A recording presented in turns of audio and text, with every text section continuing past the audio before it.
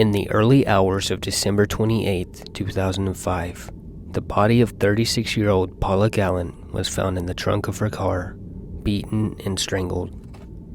Despite the notably odd behavior of her husband, Jason McRae, following Gallant's death, it would be more than 5 years before Royal Canadian Mounted Police obtained a confession from him through a 10-month sting operation using the Mr. Big technique, also known as the Canadian technique, because it was developed by the RCMP in British Columbia in the 1990s. This long-term operation involves a team of undercover operatives posing as a crime boss in his gang. The crime boss in particular gradually gains the suspect's trust, drawing him into the gang by offering money for participation in staged crimes. Eventually, the suspect is asked to prove their loyalty by confessing to their real crime. While some critics claim this technique encourages false confession, McRae went so far as to demonstrate a reenactment of his wife's murder, all secretly recorded by operatives. He pleaded guilty to second-degree murder in 2011.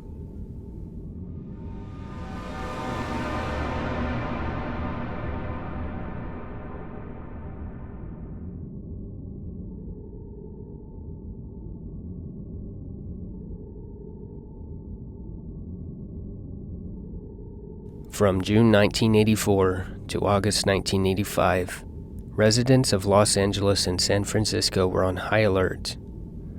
A serial killer, rapist, and burglar was at large. The killer was merciless, preying on the elderly, slashing the throat of 79-year-old Jenny Vincow, the young stabbing 9-year-old Maylene, and those with disabilities, raping Lillian Doi. He often surprised couples by shooting them, or simply the husband, in the face while they slept. But the killer also turned to other weapons to attack his victims, including knives, a tire iron, a machete, and a hammer. Public fear peaked when the killer struck twice in a single night.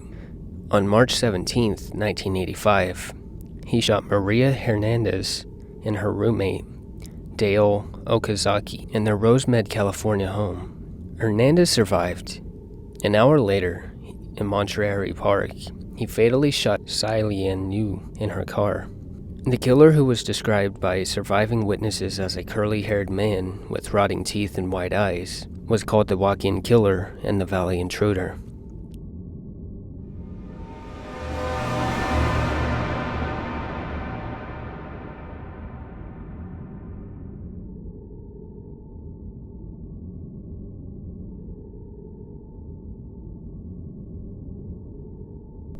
On August 24, 1955, 14-year-old Emmett Till, a black boy from Chicago who was spending the summer with his great-uncle in Money, Mississippi, was accused of flirting with a white woman named Carolyn Bryant. 4 days later, on August 28th, Carolyn's husband, Roy Bryant, and his half-brother, J.M. Millam, abducted Till from his great-uncle's home and beat, tortured, and shot him before tying his body to a cotton gin fan and tossing him into the Tallahatchie River. When Till's body was found 3 days later, Till's mother, Mamie Till Mobley, insisted her son be returned to Chicago, where she held an open casket funeral. Photographers from Jet magazine published a photo of Till's body, and the story soon gained traction. Till became the devastating face of lynching epidemic and the threat of violence in the innocent black Americans, including children, face in the United States.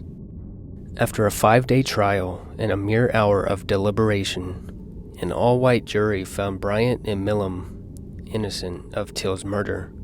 Just months later, in January 1956, Bryant and Millam gave a detailed confession to Look magazine, receiving $4,000 for their participation in the article, The Shocking Story of a Proved Killing in Mississippi.